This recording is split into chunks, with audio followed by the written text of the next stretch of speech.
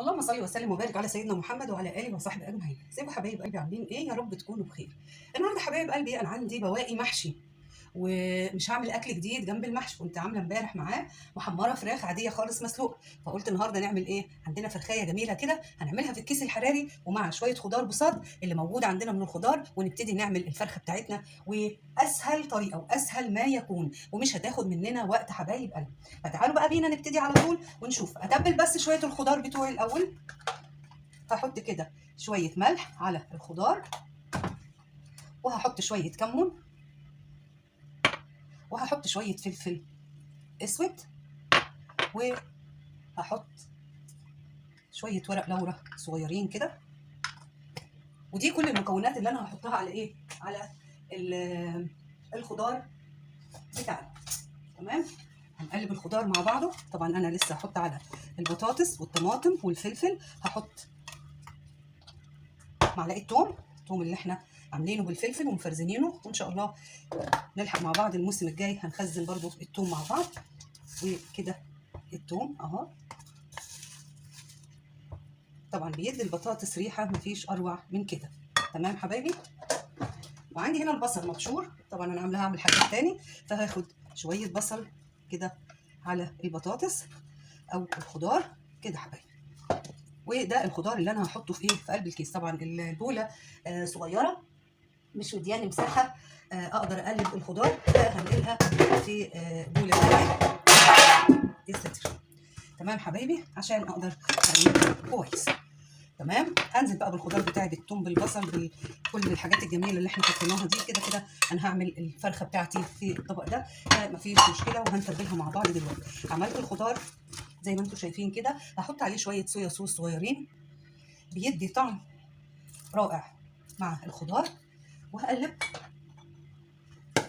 وهسيب الخضار على جنب كده. تمام. احط عليه برده شويه زيت كده عشان اخلص من الخضار بقى مره واحده. تمام. نحط شويه زيت بقى على الخضار، وكده الخضار والله الريحه بتاعته طالعه مش عارفه، ريحه جميله جدا.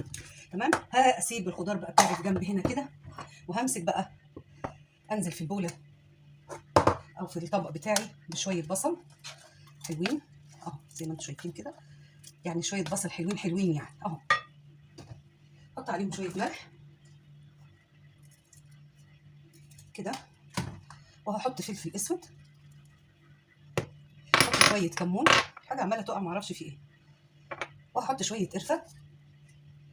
القرفه انا بحب القرفه بصراحه في يعني في اللحوم عموما يعني. تمام. بس كده. تمام. القرفه. وهحط شويه بهارات لحمه، ما حطيتش انا بهارات لحمه، هحط شويه بهارات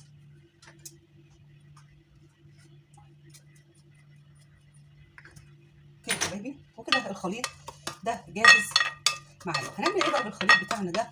بايدينا كده ونمسك الفرخه بتاعتنا، يعني مش قادره اقول لكم. دعكنا البصله، هجيب بقى الفرخه كده في قلب الايه، امسك كده وهدخل البصل في قلب الفرخه من جميع الجوانب كده حبايبي، ومن جوه كده بالمنظر الجميل ده كده. الفرخه بتاعتي خلاص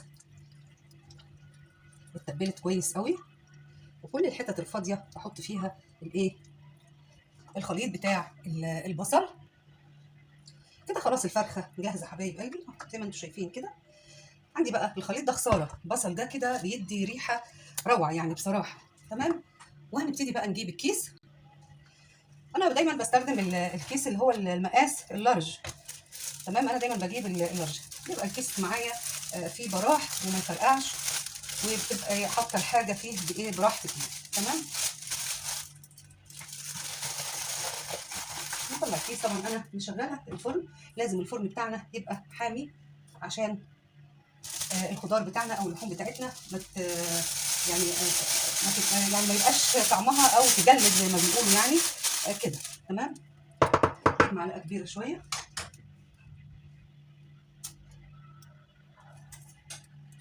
هاخد بقى الخضار كده، احط شويه الاول في قلب الكيس ريحه ما شاء الله، يعني الريحه قبل ما الحاجه تستوي. ما بالكم بقى لو الحاجه استوت هتطلع روايح جميله يعني بصراحه. كده حبايبي تمام. خلاص كده هبتدي احط بقى الفرخه في قلب الكيس كده زي ما انتم شايفين اهو، وهنزل بباقي الخضار على الفرخه، واحط كده برضو في قلبها جوه كده. عايزه اوريكم كده حبايبي اهو، ندخل في قلب الفرخه شويه خضار، الخضار الرائع ده، والباقي هحطه على الفرخه كده من فوق كده حبايبي. الفرن بتاعنا شغال، والحاجه بتاعتي ما بتقعدش في التتبيله، بنسويها على طول كده الانجاز، وما بتاخدش مني وقت. تمام. عفوا كده حبايبي. وعندي بواقي بصل كده في قلب البوله خساره، هيدي ريحه حلوه قوي قوي للايه للفراخ بتاعتي. هنزل بقى على الوش كده برضو بشويه زيت، وكده خلاص خلصنا الفرخه بتاعتنا بقت جاهزه. هقفلها بقى القفله اللي انا بفضلها، وهو كده القفل بتاع الكيس معاه كده حبيبي. تمام. هجيب بقى السكينه واعمل فتحات بسيطه كده في الكيس عشان ما يفرقعش مني، يعني فتحه مش كتير، فتحتين كده بس كده. وهدخل الكيس بتاعي بالمنظر الرائع ده، هدخله الفرن، ولما تخرج الفرخه من الفرن هنشوف الشكل النهائي بتاعها عامل ازاي، وهي طلعت مستويه طلعت متحمره. وخليكم معايا كده حبايب قلبي. خلاص خلصنا الايه الفرخه بتاعتنا.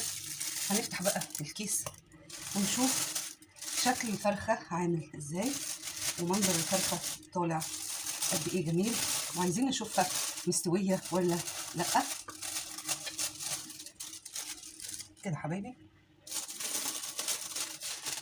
طبعا الريحه مش قادره اقول لكم، الريحه تجنن، الريحه حلوه قوي قوي قوي كده حبايبي. شايفين الفرخه او بالشكل ده، البطاطس يعني مهروسه تماما. لو جبنا طبق نشوف فيه كده الشكل العام. شايفين حبايبي البطاطس عامله ازاي، مستويه ازاي، مهروسه يعني، بصوا يعني على الاخر. تمام حبايبي. ونيجي بقى للفرخه، عايزين نشوف مستويه ولا لا. شايفين بصوا الفرخه عامله ازاي اهو. عايزه بس ايه سخنه طبعا، انا لسه مطلعه الصينيه، واهو شايفين الفرخه مستويه بشكل اهو، يعني العظم بيطلع منها اهو، وده التسويه بتاعه الايه الفرخه كده. حبايب قلبي عملنا الفيديو بتاع النهارده، اتمنى يكون عجبكم، وما تنسونيش لايك وشير وسبسكرايب للقناه وفعلوا الجرس حبايبي عشان يوصل لكم كل جديد، واشوفكم على خير يا رب.